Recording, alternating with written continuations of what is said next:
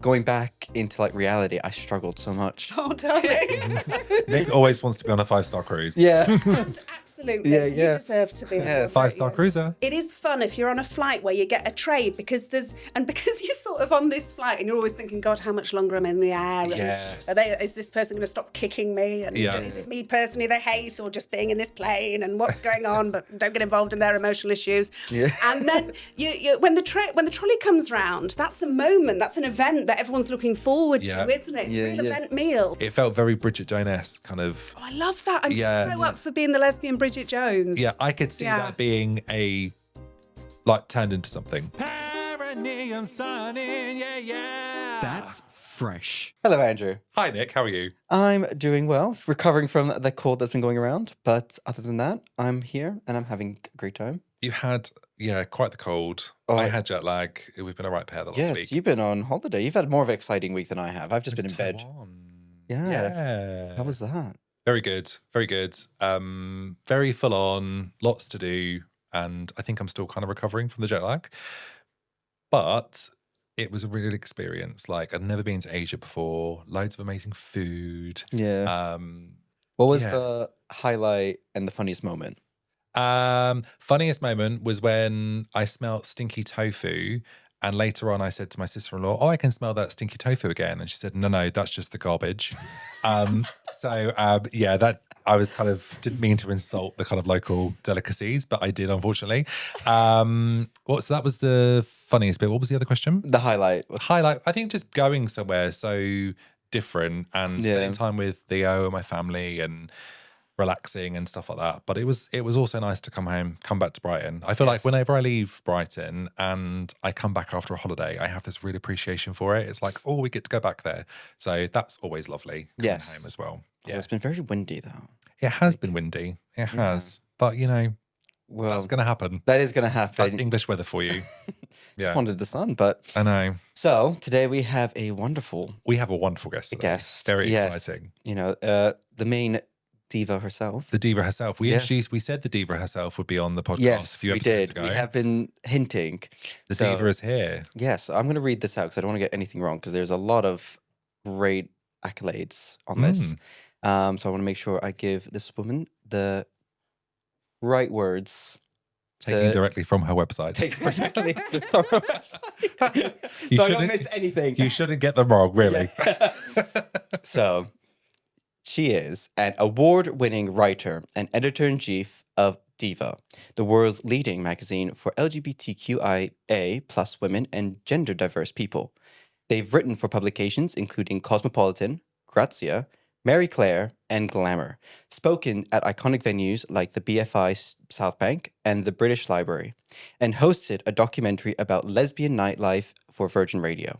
Her work in the media has earned them both a place in the Guardian's Pride Power list and the Attitude 101 LGBTQ plus Trailblazers changing the world. What a Girl Wants, a true story of sexuality and self-discovery is her debut book, which I have right here, which is published by Bluebird Pan Macmillan and now in paperback, hardback, ebook, and audiobook. So please, everyone, welcome to Perineum Sunning, Roxy Bourdillon. Yay! That was quite the intro. Was Yes. it though? And I I just felt joined very in. intense. You were brilliant, darling. I loved it. It was quite overwhelming hearing all my life accomplishments. Oh, I just we're threw going them fan. out straight away. Felt I needed that. Had it like Yay. that X Factor, like. So Bourdillon or Bourdillon? However, do you know what? I am not precious about my surname, and you can just say Roxy Bourdillon. That's perfectly fine and lovely. Or if you're feeling a bit French or a bit fabulous or a bit flamboyant or flirty or anything else beginning with F, you can say Roxy Bourdillon. Oh, Bourdillon. Nice. And to be honest, I just mix it up depending on my mood and audience. Yeah. Yeah, how you're feeling. If you're feeling French one day, you're Exactly. feeling Yorkshire lass or whatever, you just kind of go with it and see how you're doing. If Yeah. I've been Kinda binge watching Emily in Paris, then Yeah. I'm Bourdillon all the way. Or like more Bourdillon if you're nasty, right? Nick, we're going there straight away. I love it. You're totally taking it there. Yeah. That is an impressive list. And I kind of knew some of this stuff because we interviewed last year, we spoke last year, and obviously I've been really lucky to work with you a couple of times. But I know all of that, but when I read it and wrote it down, I was like, my goodness, like that's quite a list of achievements. Like, how does that make you feel after all your hard work, I guess? That's such an interesting question, because I feel it's so funny, because you were reading that out, Nick, and you were being so lovely, and it is lovely to hear. But you also like, and maybe it's like a bit of a British thing or a woman thing or a me thing, but I also feel like, oh God, you know, like a bit under the microscope, or oh no, does it sound like I'm boasting? But guys, I did it all. So let's fill in the list. I think it's like, it's good to hear it all like that, because when you're in the middle of trying to build a creative career, that takes an enormous amount of dedication. And I had 10 years of trying to do it before I ever earned any money off it. So then when I hear sort of a summary of lots of lovely things I've done, I'm like, oh, right, yeah, I have done some stuff. I did manage to pull some of that off. So it's nice. The thing I'm really interested to know is, obviously, you've written your book, you've done loads of great work with DIVA, so many amazing accolades that you have. Do you feel that your creativity has enhanced your sense of self in terms of self-acceptance and just living authentically? Because by the very act of creating, you get to know yourself more and feel like you, I don't know, fit in the world as yourself. Can you relate to that, or...? I can so relate to that, and what a beautiful question. I think, like, particularly when I look back at my own life and the kind of the 10-year struggle that I mentioned of trying to find a way to make being creative a career. For a long time, I felt like being a lesbian might be something that was holding me back. It was like the little voice in your head that's like, who cares what a random leser from Leeds has to say? And for a long time, I felt a lot of shame around my identity. And I felt like it was a negative point about me, not something to be celebrated. And then there's kind of lots of different things that led to me accepting and eventually embracing who I am, which I go into in hilarious, heartfelt detail in my book. But in terms of finding myself through writing, I think that it was when I started writing for DIVA magazine, suddenly my queerness made me an authority, made me someone whose voice definitely had a place, and readers who specifically wanted to hear from other queer people. And that was really powerful. And actually, until I started working at DIVA, I wasn't out in every aspect of my life. I was out to most people, but I wasn't fully out in the way that I am now. And I was finally working at DIVA. First, I couldn't really hide the fact I had a very gay job. I was now a professional lesbian, not just a recreational one. But also, I think that it gave me confidence in it. And I think that when I was at school or when I was in my early 20s, the word lesbian would make me flinch and would make me feel a visceral, self-conscious fear and anxiety. But then if you're working at DIVA or if you're writing articles and books about being queer, lesbian becomes just a tool of your trade. It becomes a word that you hear so often. And you start to realise, or I started to desensitise to the negative feelings I had about it. And I started to see the potential to claim it and own it and relish it. And now I love the word lesbian. And now, you know, I like to say raging lesbian or rampant lesbian for an extra bit of fun. But I do think that writing has definitely massively helped me in terms of embracing my own identity. But then I always kept diaries. I always, if I was in a difficult spot in my life, I always wrote my way through it before anyone else ever read those things. That's amazing. It's like, because I've been really thinking about that as well, like what you're saying, because I've been doing a lot of like reflecting on, because I got really badly bullied, like especially when growing up. I was in that part where gay was just like, seen as like saying something was stupid or saying something was like not fun, or like, so people are like, oh, that's so gay. And like you kind of internalize that feeling and that fear of like, oh, people calling you gay. Are they calling you gay, or are they just saying that's stupid? And like, or that kind of feeling of like being seen as like filthy or all those words. And it's like you do internalize that. So you can go into your acceptance of like coming out, but there's still all that unlearning that does, I think, still holds me back a little bit. It's like kind of realizing I didn't realize how much those fears, even though I didn't have a problem being gay, still held me back from taking up space. And I realized it's like no one ever is going to give you space unless you take it yourself. And I think like there's enough space in the world for everyone. So why not take up your own space? And I think as well, Nick, like what you've just said, I'm so sorry that you went through that. Yeah. But I think what's incredible for both of you in the work that you're doing is now through this work, you're creating like a lot of fun and hilarious, joyful laughter, but also like a healing thing, like a thing that can help other people feel comforted and uplifted and less alone. And that's so gorgeous, because I feel like when we, as queer people, create work which does touch on our identities, then in doing so, we're healing ourselves, but we're also hopefully helping other people to heal something in them, which is so beautiful. And you're doing that. Authenticity, I think, is a really big thing, isn't it? And I definitely feel the more authentic I've got in my life, the more stuff has naturally flourished. Yeah. So I really like that. I think that's a really positive thing. And yeah, we just want to bring the fun to this podcast, don't we? It's like the world is serious and life is serious. It's like, how can we have a bit of fun and enjoy ourselves? And also, like, you know, fly those flags, you know, really, you know, have conversations that everyone's probably having or everyone's thinking about, and then be bold enough to kind of have them. So that's why we're talking about perineum sunning and femme fresh and all the things we get up to when we travel and all of that kind of stuff, because we want to just like have great conversations, but also entertain a little bit as well, because, you know, we need a bit of lightness in the world, I think, sometimes. So really good. So we are going to Sydney for your location. Very excited about this. Why Sydney? Okay, so when you guys invited me on your gorgeous podcast and said, where do you want the destination to be? Destination, I love this. You can have it, my love. Destination. I knew that there was one place really, which in terms of talking about destinations and how they how much they mean to me as a lesbian, Sydney is the place that just means the most. And we're going to have to, you know, I'm going to have to rein in my emotions about it, because it was just such a pivotal time of my life. So I struggled a long time being a lesbian. I was terrified to come out.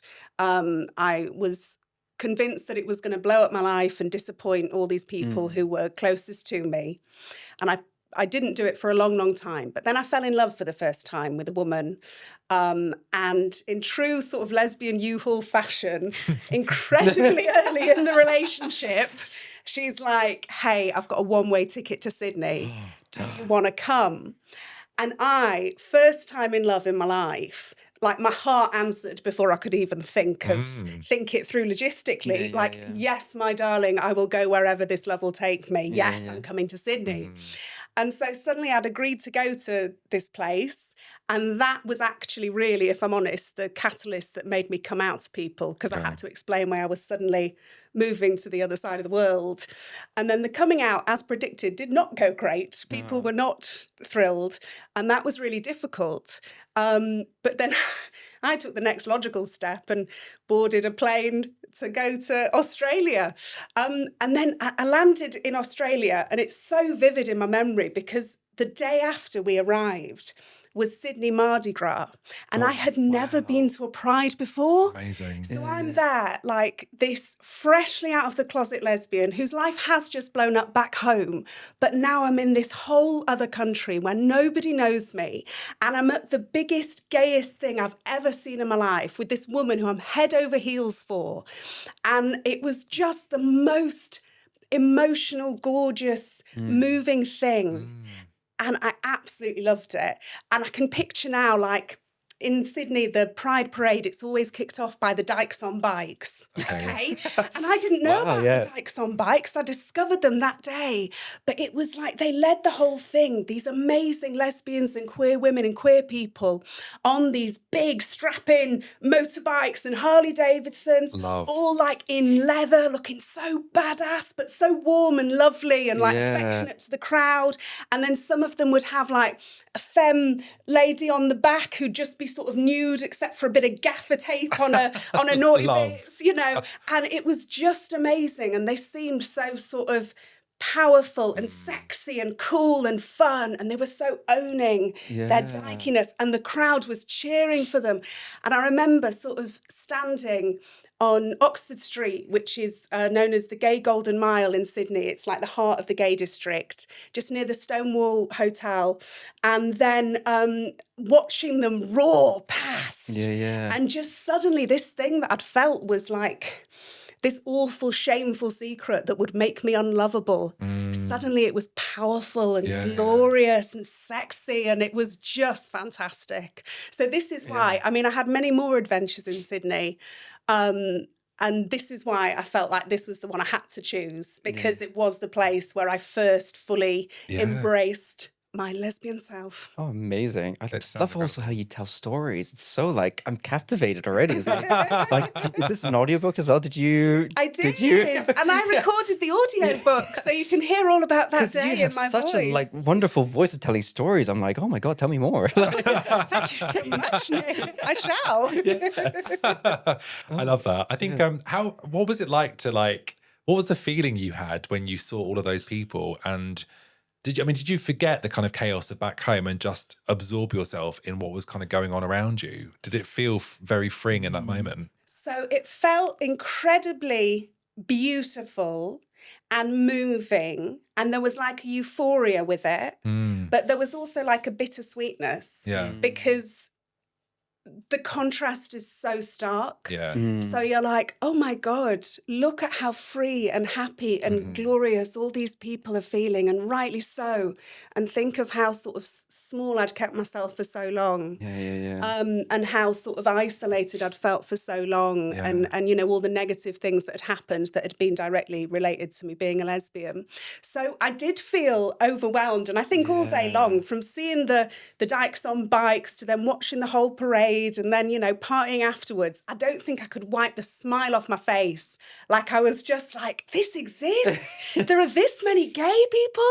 And like, and that happiness was there, and it was immense, but there was a touch of bittersweetness, because the reason why it's so overwhelming and awe-inspiring is because it's so unlike what came before in the rest of your life. I can relate to what you're talking about around kind of the filtering, and because I definitely felt that with moving to Brighton. I know it's not like it's a holiday destination for a lot of people, but for me to and as mentioned about coming back from Taiwan and coming back here, you know, it's such a sanctuary for me, this place. And I feel like for so long I lived in a place where, you know, I've got lovely people that I know there, that friends that are in my life still, but I kind of conformed for a long, long time. And then when you come somewhere like this, and I mean, it sounds like Sydney was on a different level to Brighton, but you have this kind of like freedom, and you're like, wow, why did I hide for so long? Why did I kind of allow that to be where I'm now in this place that celebrates who I am? And so that must have been incredible to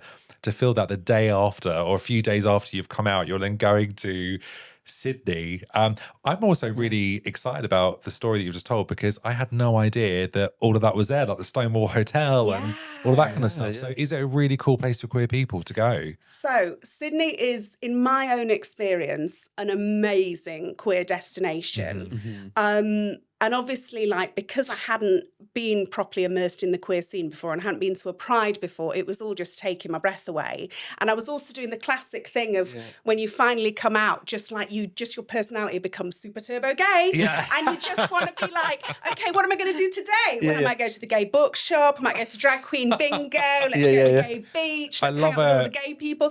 So I was really sort of, you know, hungry for some gay culture, and it had so much of it. It's also true that, like, it isn't perfect by any means, and it wasn't perfect for queer people even then. Like, I was actively involved in, well, going on, you know, protests for marriage equality and things like that. And I remember going on some of those protests, and we were really aware of the sort of right-wing religious group that was trying to stop those protests. And also I know that, so there's the Gay Golden Mile and Darlinghurst, which is like the kind of famous gay part of Sydney, and it's got loads of like iconic gay bars, and it's amazing.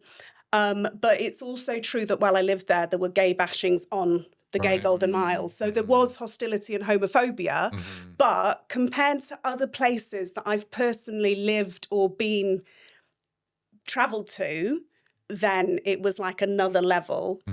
But I guess also I felt a permission I'd never felt before to be really lesbian, because I was so far from home. Like, you couldn't get further from home. No one's going to see you and go, what are you doing? It's like, I can be who I want now. It's reinvention maybe in some way. 100%. And also Sydney's amazing because it hasn't just got one gay district, it's got like multiple. Really? It's even got like lesbian districts. Like there's Newtown, which I absolutely loved, which is full of like quirky coffee shops and vintage clothing boutiques, but also amazing bars. And they had a weekly lesbian night at the Bank Hotel, and it's still going. They're still having and this was years ago when I lived there, and they're still having a weekly lesbian night there that I remember was a big sort of staple in your social calendar. So there was Newtown, there was Leichhardt, which was nicknamed Dykehardt because there was loads of dykes who lived there and loved like Italian restaurants at the time, with a big thing in Dykehardt, I remember. And then as well as Darlinghurst, there was Potts Point, which was like the kind of swanky gay bit, like where you're really stylish gay guys with a little bit of cash to spend and really fabulous taste. Those were kind of the crowd that I would see in Potts Point.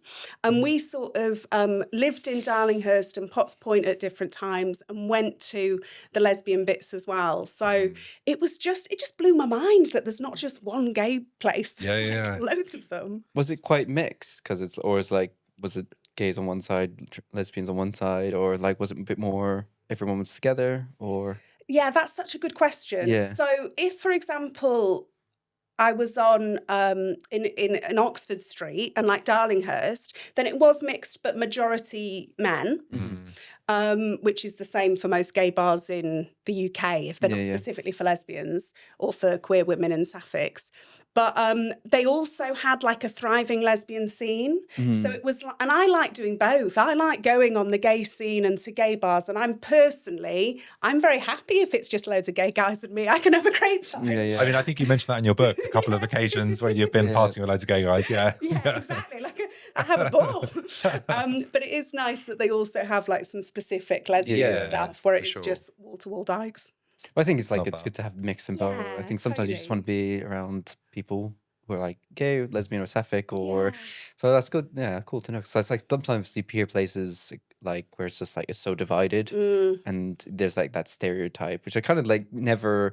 When I was coming out, I always thought like it was so separate, but then you kind of realize it's really not. That's just such a big stereotype that was going around. Do you know, this is a bit of queer history for Brighton for you, because it's relevant to what you're talking about. So I've been doing a bit of reading recently, and you know, this place that we live, very kind of liberal place, has been for a number of years. But when people say, "Oh, Brighton's a really kind of queer liberal city," like Brighton wasn't, you know, made that way. It's like the people's bravery, the people that kind of like stood up against people that you know were trying to shut them down. That's what made it such a liberal place.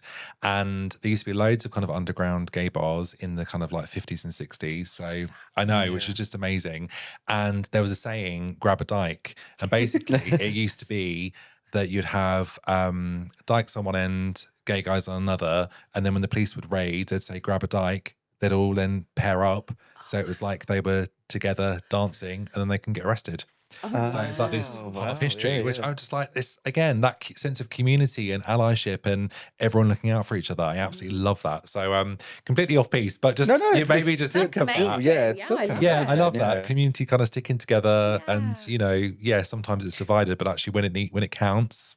Maybe it's just all propaganda to like keep the LGBTQ plus separate by telling us that, oh, we were always in our own little boxes. And maybe so I'm just thinking about, like, I don't know why the thing that's coming to my head is Modern Family, when they're like, they had the gay couple and they're like, oh, gays and lesbians never mix. And I don't know if it was a joke or anything, but I was like, that's kind of like this stereotype that's perpetuated. But when I came out though, and like I was 19 and I started going out to bars and stuff with friends, and I, you know, was influenced by people around me that I didn't really have you know, you come out and it's like, now what do I do? How do I now be this gay person or whatever? I don't remember being if I was in a club or in a bar, there wasn't really a mixing. There'd be lots of gay guys on one side and lots of kind of lesbian guys, or lesbian. lesbian girls on the other side, or, you know, whatever. And it would just be very, very, very kind of divided. And it was very rare that you saw people mix. And that was in the early noughties. So that isn't really that long ago when you think about it. So I hope things have moved on. Well, I think when I came out and I first came to Brighton, I got a job at a gay bar. And I was taken under the wing of a lesbian and a straight woman who worked there. And they introduced me to the scene. And I think because of that, I didn't get caught up in a lot of the other parts of the scene. So it was more about the fun, queer joy, rather than where some places can be a bit heavy on the drugs and the parts of that. But I think it's like, so I've always been so grateful for having that moment when I came out, and I think these two just saw I was a wide-eyed twink, didn't know really what was going on. Looking and after they were you. like, oh, come under our wing, we'll take care of you. But that's great. And also, So lovely. you're not divided then by only going to a certain kind of demographic. You're kind of, Yeah. I kind of love that. That's really, really Yeah, good. So travel. So Sydney sounds amazing. It was now on my list of places to go. We need to try and get this podcast there in some way. Let's make this happen. I want to know about your typical holiday regime. So you've booked a holiday. Yes. You're ready to start traveling. It's a week before.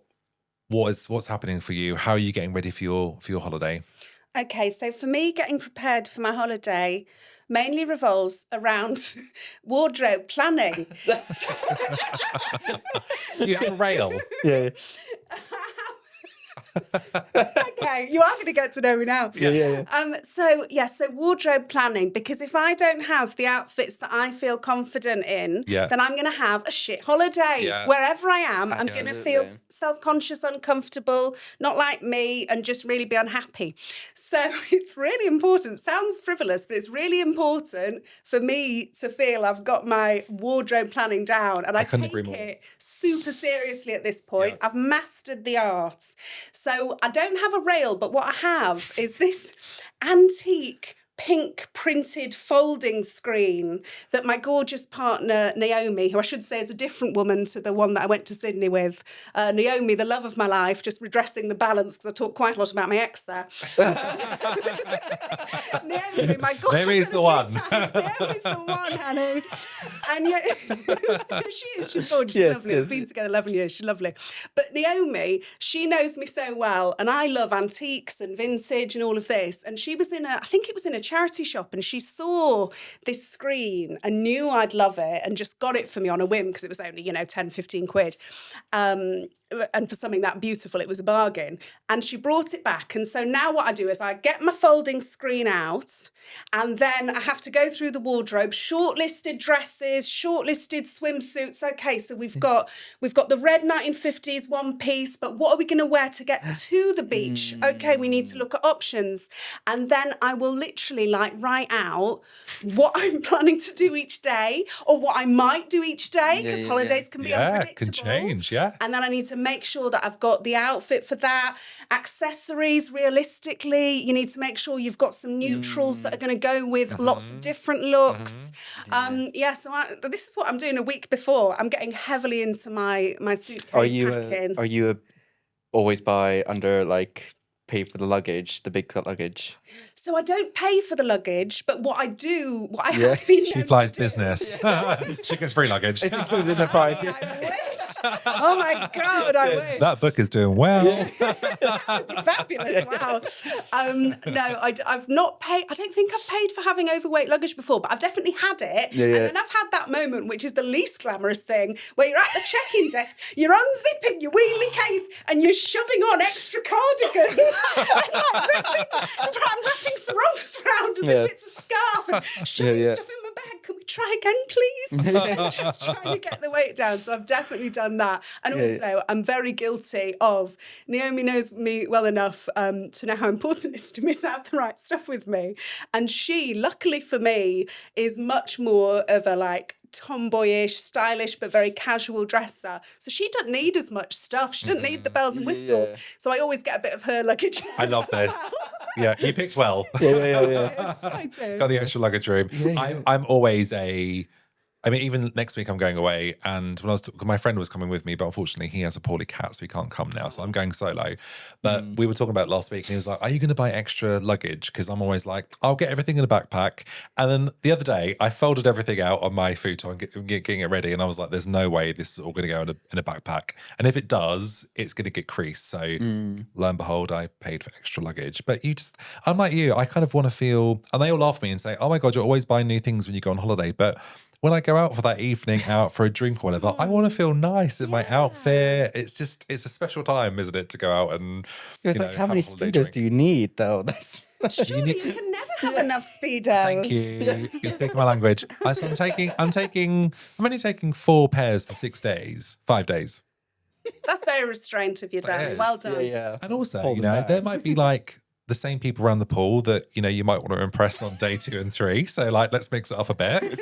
And also I think it's something about, again, it's for me, it's like, I quite like one day I will want to wear the leopard print speedo. The next day I want the royal blue one. It just depends how I'm feeling on that particular day. Yeah, maybe I'm just jealous because I can't do that yet.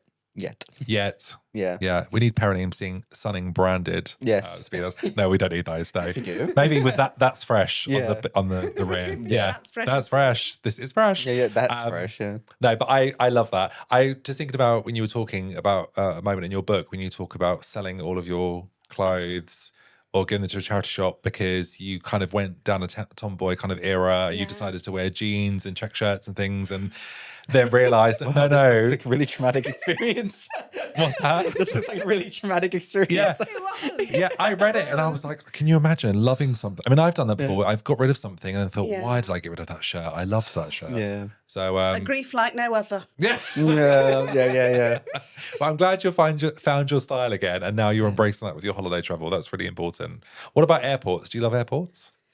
Do I love airports? Oh, well, I'm not averse to a bit of duty free. Like I always, want to try all the perfumes and all the makeup. And I love that. Are you a tester or you actually buy like? I'm usually a tester, to be honest. I'm usually a tester. Do you buy as well though?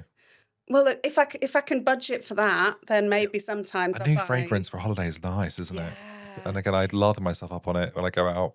And then the other nice thing is that because it's then connected to that holiday, every time you then wear it when you're back home, you'll think of the time you had on the holiday. So I quite like attaching a memory to the fragrance. Yeah. Love that. Yeah. So I do like duty free. I do like sort of trying all the makeup and all the sort of just give myself a little makeover in the mirror at the counter.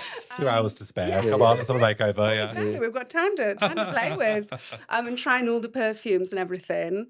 Obviously, there's lots of people, which is tricky. But one time I was on a lot of my travel experiences, because I'm a journalist, you don't get paid much, but you get sent on press trips, which is a huge perk of the job. Yeah. And I don't do loads of them, but I am lucky enough to do some of them. And one time I'd been to New York and I'd never been to New York before. And I was so excited. And on the way back, somehow I got bumped up and I got upgraded. And I've never flown anything except like standard economy. And I couldn't believe it. And I remember I got on the plane and I thought, is this a mistake? And I was messaging Naomi and I was like, oh my God, babes, I think there's been a mistake. I'm in like the fancy seat. They're bringing me drinks. I'm not going to say anything. This is the best time I've ever had. Yeah. And when you fly fancy, which I've only done then, you get a special lounge. Oh. Yeah, you get a special first class lounge or business lounge or whatever. What's in the lounge? Oh God, let me tell you about the lounge. Yeah, please do. Yeah, so there's like lots of lovely air conditioning, not too many people, maybe some nice music. It's all very tranquil, very luxe, very super fancy. You're so fancy. And then it's like a buffet of like just all the food you can imagine. Oh, lovely. And then as someone who doesn't normally fly, first class, I'm sort of stuffing things in my purse. In case someone taps me on the shoulder and says, excuse me, you shouldn't be in here. And I'm like, okay, but I'm taking my bread rolls. But it's gorgeous, and drinks and just luxury and big sofas was my experience of it. It was lovely. Amazing. It was the opposite of the main bit of the airport where it's just rammed with people feeling a bit stressed. Yeah, and everyone's having like an it too and kind of, Did you have a bit of a come down going back to that? Because I had a river cruise a few years ago, and that was like a 5-star river cruise. I was like, I think I actually got dumber being on that cruise because I didn't have to think one thought because everything was just taken care of. I didn't even have to ask for a new drink because by the time it got to a certain point, it would just be refilled. I was like, I don't even remember asking. But I was like, I don't know, going back into like reality, I struggled so much. Oh, darling. Nick always wants to be on a 5-star cruise. Yeah. And absolutely, Yeah, you yeah. deserve to be on Yeah, one, 5-star don't you? cruiser. Yeah. So did you struggle with going back to like general life after that? Civilian life. Yeah.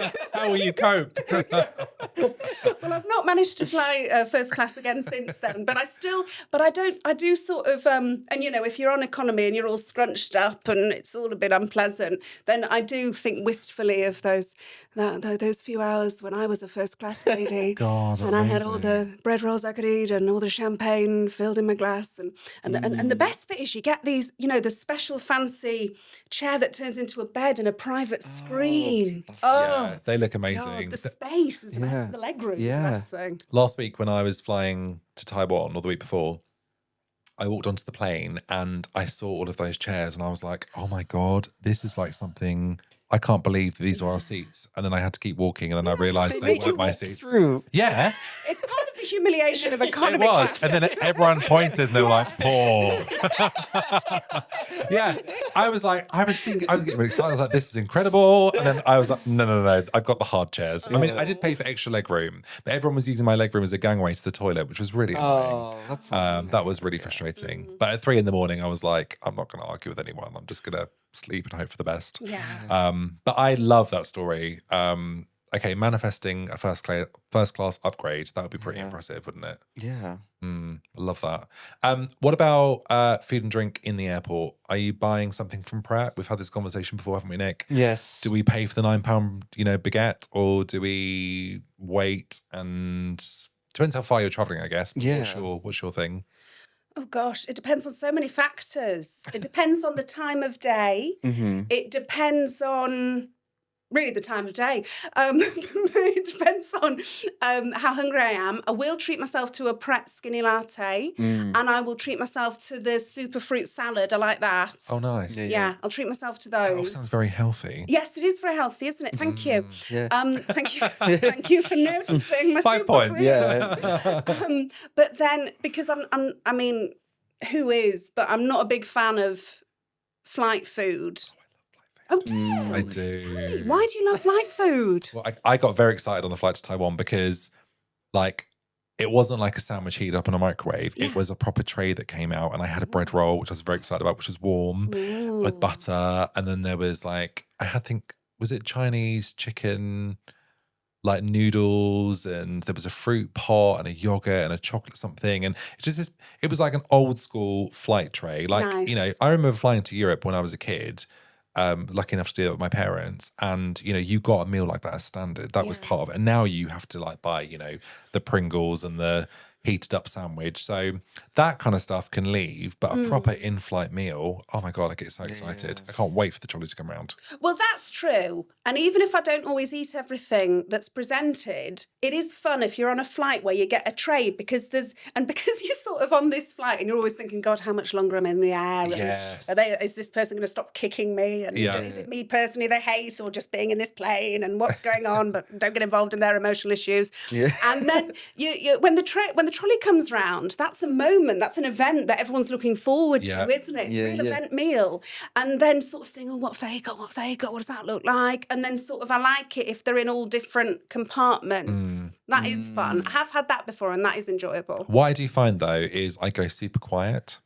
So they'll ask me what I want, and I feel like the whole plane's listening. So I'll be like, just the chicken. And I don't know what it is, but I feel like everyone's waiting to know what my choice is because it just goes really quiet. You got the chicken. They always have the chicken again. Yeah, so I'm a bit like, But I do love it. Honestly, last week I was like that. I don't know if it's the air pressure, maybe my ears or something, but I feel like I'm just super, super quiet in those moments. Yeah. But yeah, I do like an in-flight meal. Good. Yeah, very good. Very good indeed. Are you like going back to, when you're planning, are you a planner for when you're going somewhere? Or do you just kind of wing it? Okay, Kids. so... Oh, sorry, was there more to the question? No, that was it. That was it, yeah. Amazing, thank you, Nick. I am...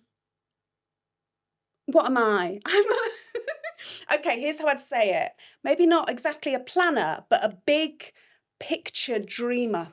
So what I'll do if I'm going to a new place, if I'm going to a new place, so recently, my last press trip I went on was to Vegas, and I'd never been to Vegas before, and it had always been on my bucket list.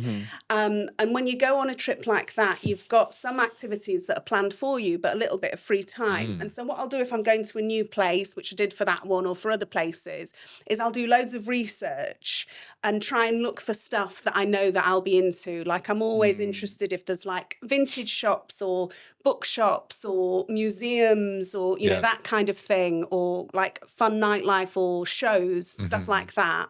And I'll normally have like a wish list that I'll have created of things I'd love to do if possible. And then I will also try and, which is quite planning, I'll figure out geographically, like I'll get a map.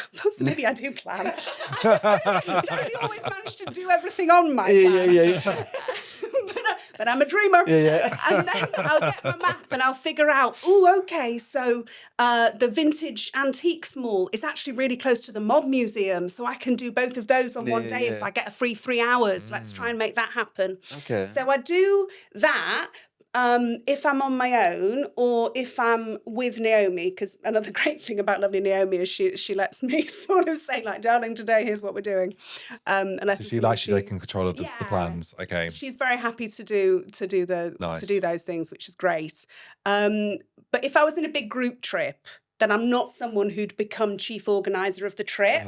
I'd resist that because I think, number one, a lot of pressure. Number two, what if they hate it? Number three, that's just not my role in the group. But if it's just me or it's me and Naomi, then I'll have my wish list and the coordinating outfits for each of those occasions, obviously. That's a whole nother rail that you need to close. So like, if Naomi suggests something, you'd be like, I don't have a clothes for that outfit. I don't have an outfit for that event. So. Oh, no, if she wanted to do something, we'd make it happen. And the key thing about your capsule holiday wardrobe is that it has to be flexibility. You have to be able to have some versatile outfit options. This is why it takes me weeks to plan them. I love that commitment to it, though. That's brilliant.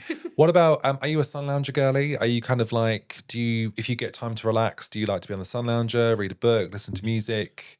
Maybe Mel C's new album. We've got it in there. Mel C, Love a bit of Mel C. Mel C count. So I love doing that. Okay. A lot of the holidays that I tend to go on are quite busy holidays where these are the ones for the last few years where it's somewhere I've never been before and I'm wanting to soak up that destination because I may never get the chance to go again. Nice. But what we cleverly did a few years ago is, like your lovely selves, we moved to the seaside. And so we now live in Hastings and St Leonard's, or as it's known, Gastings and St Lesbian. Right. And so because of that, we have a lot of beach days. Like in summer, we often won't go away anywhere. But what we'll do is if it's good weather, like over the bank holiday we had, and we had one extra day off. So we had 4 days, gorgeous weather. Every day we were at the beach and it felt like we were on holiday. And then I'm all about my beach read and I'm all about just proper having my music on, having one of my various beach playlists on, and then I get very into being that kind of relaxer. How lucky are we to all live near the sea? Yeah, like when it's in good weather, it is amazing, isn't it? Yeah. And also there's something nice about going home in the evening when you've been at the beach all day and you're like, oh, have I caught the sun? Is it, you know, it just makes you feel better, doesn't it? It's so good. What kind of things are you reading? Are we going for a bit of holiday smart? Are we going for some sort of thriller book, or what's your vibe? Okay, so it depends on, again, I like to kind of get into a theme. So when I went to Vegas, I was like searching for books about showgirls, and I was reading like Diary of a Las Vegas Showgirl while I was sort of by the pool there. What I generally like to do, if I've got a few days where I know I'm not working and I'm on holiday, or I'm having one of those like home holidays where we're at the beach every day, then I like to pick a book specifically that I want to get through. And either it'll be one of my like go-to authors who I know I love. So some good examples of that would be people like Lex Croucher, who does amazing like queer Regency and queer historical rom-coms, or Daisy Buchanan, whose books I absolutely adore, which are really kind of funny and timely and interesting about really interesting women, Or I might do like a Laura Kay, which is like always lesbian rom-coms that are great.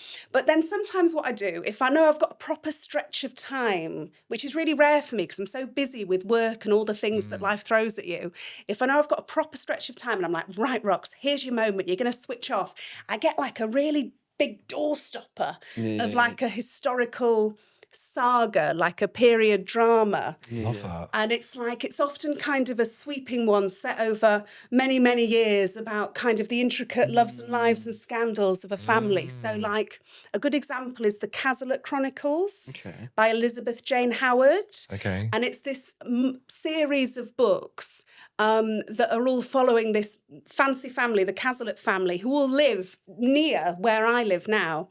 And they...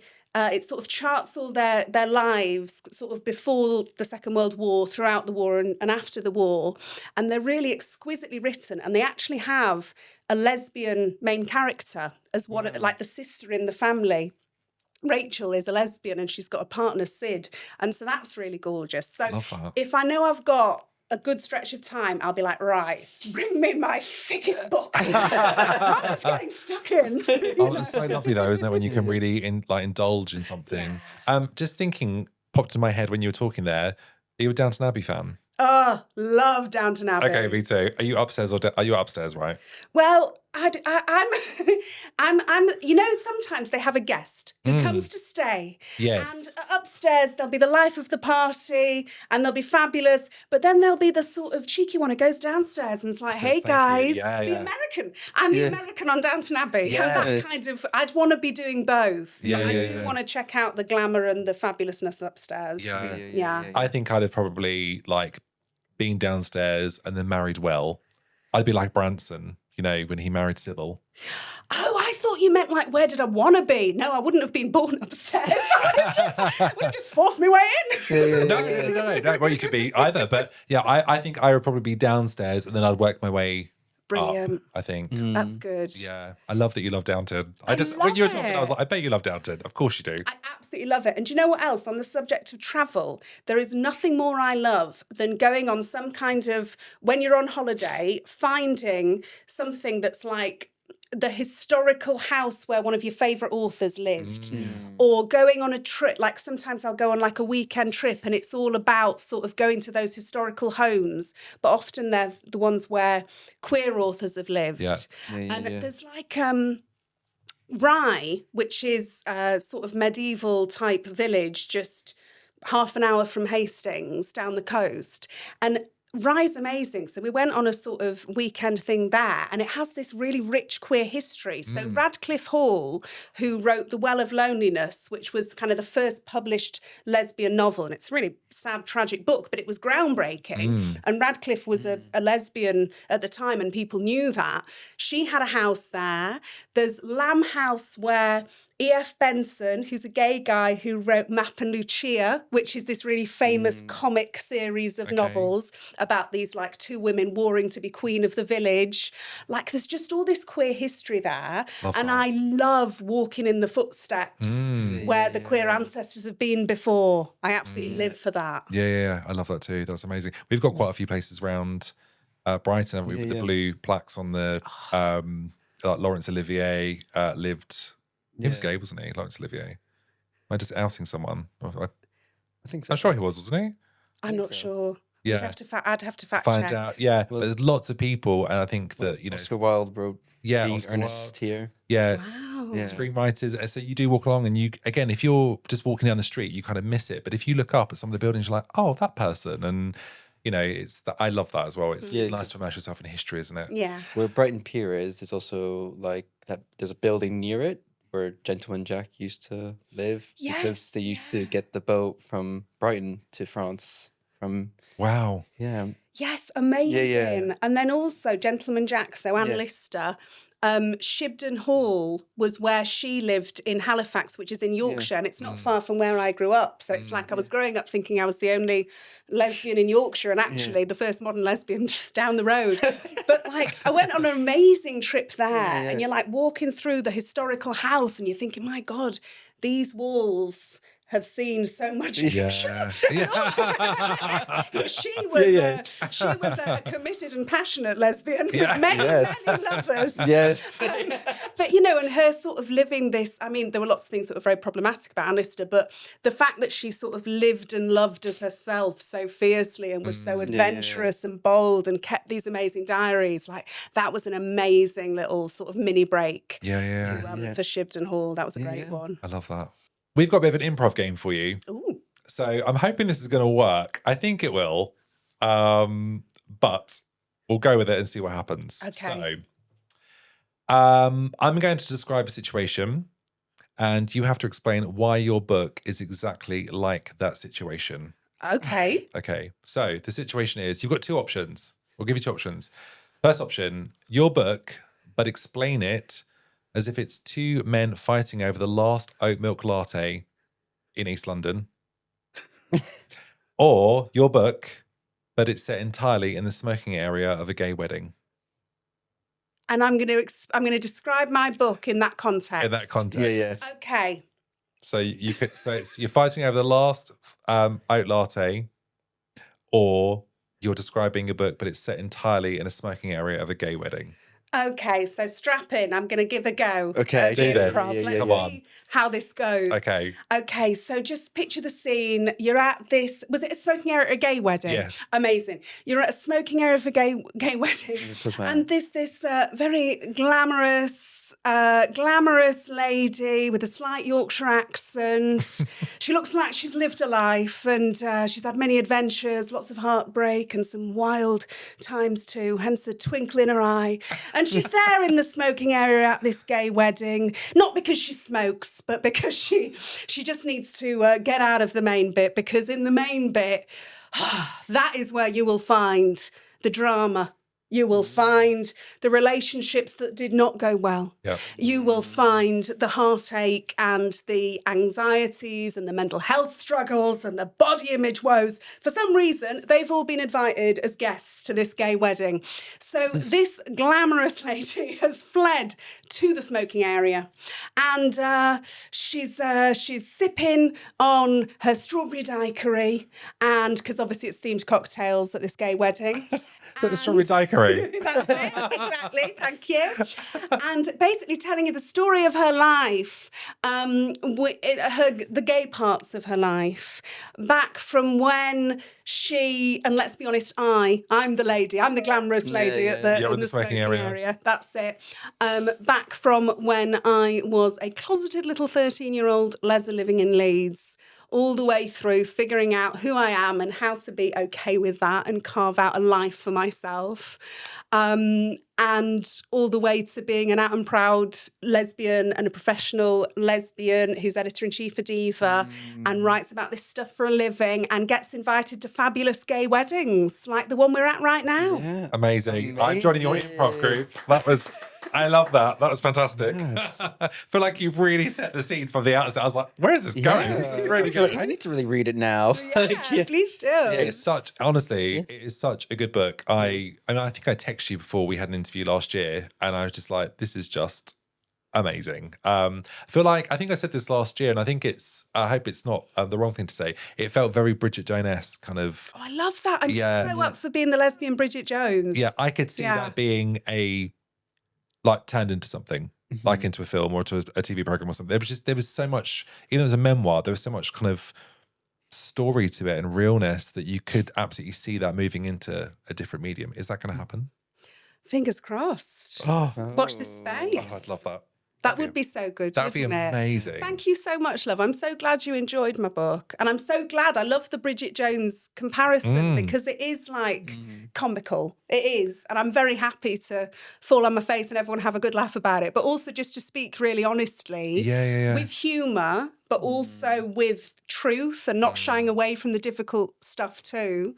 Well, there's such a tenderness, and I said that to you earlier, such tenderness in it at different times. And we talked about that before as well. And I think those are the moments for me. I love all the funny, but when you read something that really touches you as well, I think you've got such a balance in that book. It's great. So yeah, I loved it. Really, really did. Thank you. No, it's really good. We need some top tips on Sydney. We do. So we have BT, our resident travel expert. If you know, you know. And we have some top tips for Sydney. Now, this is 4 minutes, right? This is 4 minutes. Okay, so I'm expecting good things on these top tips today. Yes. Take it away, BT. Hi there, this is BT's top tips for Sydney, Australia. Sydney, that's world-renowned, cosmopolitan city, and it's just mixes that air of urban sophistication as well as that sort of sun, beach-drenched lifestyle that appeals to so many. Now, time of year to go, it's the perfect time to go during our winter. It's the opposite. Our cold winter is their summer. So head out in the winter is one of the best times to go. And to get there, I'd say you've got to plan this. Book as far as you can in advance. The airlines normally release it from a year in advance. And I'd highly recommend, it's a long time to do it. It's around 24 hours. So plan in advance and go and stop en route, I would say, via Asia, somewhere like Singapore, Hong Kong, Kuala Lumpur, Bangkok, those sort of routes would be absolutely ideal. What's to do in the city? Well, it's all around, a lot of it based around harbour lifestyle living. It's also known as the Harbour City. But the main attractions are obviously Sydney Opera House, which is the heart of everything. And it even has its own bar and restaurant where you can watch the sunset over the Harbour Bridge, which is stunning and often great performances. Their cultural hub as well, so worth booking and seeing what's going on during that time. The Sydney Harbour Bridge, well, what a landmark. Sits over the water, and it's not for the faint-hearted, but if you can, pre-book tickets to climb to the top of the bridge for those that want one of the best views. If you want to go around the harbour, rather than book an expensive tourist cruise, just take the local ferries. There's a ferry that goes to Manly, which goes straight from Circular Quay. It's about a 30-minute public trip, and it's about the cost of a cheap rail ticket, and that will take you to, it's a small beach vibe city as well, you can also, if we're talking beaches, Bondi Beach is the most world-renowned beach, with a beautiful coastal walk as well, and great for surfing and just feeling the Australian vibe. At weekends, Rock Gardens, Rock Market is well worth a visit by the Harbour Bridge, which is on a Saturday and Sunday. Best place I'd say that I book for clients is Darling Harbour, which is very centrally located. It's walkway, and you've got all the cities and the bars and the restaurants right on your doorstep as well. So a good place to be. If you can get out of Sydney, then if you can go just a 2-hour train journey will take you up into the Blue Mountains National Park, or drive west, and it is just stunning views and great for hiking as well. And I'd also say that it's just a very welcoming city and great for the LGBTQ community. If you can ever go during the Mardi Gras season, that's in February or March, and it's very welcoming. And around Oxford Street is the main, there's a Yellow Brick Road with all the queer nightlife and plenty going on as well. If you're going to go all that way to Australia, then obviously I would highly recommend doing other sites as well, such as the Great Barrier Reef and the Gold Coast near Brisbane, but has something to offer everybody. And I hope that gives a few top tips. Until next city, see you soon. Thanks, BT. Thank you, BT. Those tips were so good. I was like nodding along like, oh yeah, great one. Done that. Yeah. Check. I was going to say to add as well, because BT mentioned the beaches, which are just amazing. Yeah. And Bondi's great. Bronte Beach is also great. But also Perineum sunning. So there are quite a few gay nudist beaches in Sydney. So I think one's called Lady Bay Beach. I think one's called La Perouse Beach. And there's quite a few. If you're into that, if you're listening to or watching Perineum, I'll say that again. If you're if you're into that, then Do you know what's tripping me up? Perineum. Perineum. Perineum. Yeah. It's like a tongue twister. Yeah. Can't get me tongue round. Not the first time someone said that about that. But perineum sunning, there we go. Perineum sunning. So gay nudist beaches. And I definitely went to a gay nudist beach or two. I did not sun a perineum or anything in that area, but I did sun my titties. I did take my top off, which I haven't done. So you've never sunned your perineum? No, sadly not. No. Tragically not. No. Have I? No, I haven't. But yeah, just topless on the Something beach. very freeing about going a bit nude on the beach. Yeah, Love totally. it. Love it. Absolutely. Yeah. That's good to know. Very good to know. So lots of nudist beach in Sydney as well. We've got a lot to name off as well. Yeah. Yeah. That's amazing. I love this. And I've loved going to Sydney with you. Thank you Yes, so much. thank you. It's really useful. coming. And I feel like we've learned so much about this location as well. I really want to go now. Yeah, I actually. really want to go to Australia. Yeah. I mean, I've just done a long haul, so maybe I'll have to wait Next year. a bit of time. Was it 23 hours to get there, wasn't it? It's like 24 hours. Like the flight is horrific, Yeah. especially if you're in economy, which I always was. Like the flight is really something, but it is worth it to get there because it is so gorgeous and special. Yeah. And whatever you're looking for, if you're looking for kind of gay nightlife, there's so much of that. If you're looking for water sports and beaches, or if you're looking like BT said, which is a really good point, you can be based in Sydney, but then go to the Blue Mountains, go to the Great Barrier Reef, go to the Gold Coast or Bris Vegas in Brisbane, as they call it. Or Melbourne is also a gorgeous city that also has loads of great queer and cultural stuff going on. But yeah, I just love it. And I told you about the time I went for the first time, then I lived there for 3 years, and then I went back a few years ago, and I hadn't been there for like 9 years, and I went back and I was sort of expecting to feel a lot of feelings because it had been such an emotional place for me. And I was staring out at that beautiful view of the sea and the harbour bridge and the Opera House, and it is spectacular. And I was sort of thinking, I'm going to feel all these feelings. And I wasn't really. I was just thinking, well, this is lovely. And then the Pride Parade, I was in the Pride Parade as part of this trip. I was in this Priscilla, Queen of the Desert themed pink sparkly float, and I was one of the kind of the walkers by it who was dancing, and we'd all learnt a dance routine and wearing special sparkly headdresses and things. And then there was this moment when I was in the Pride Parade and we were going down Oxford Street, and we were right outside the Stonewall Hotel. And I'd been dancing, and I just stopped for a second and I just looked around me, and I just felt so many emotions. Because it was such a and they were positive emotions, you know?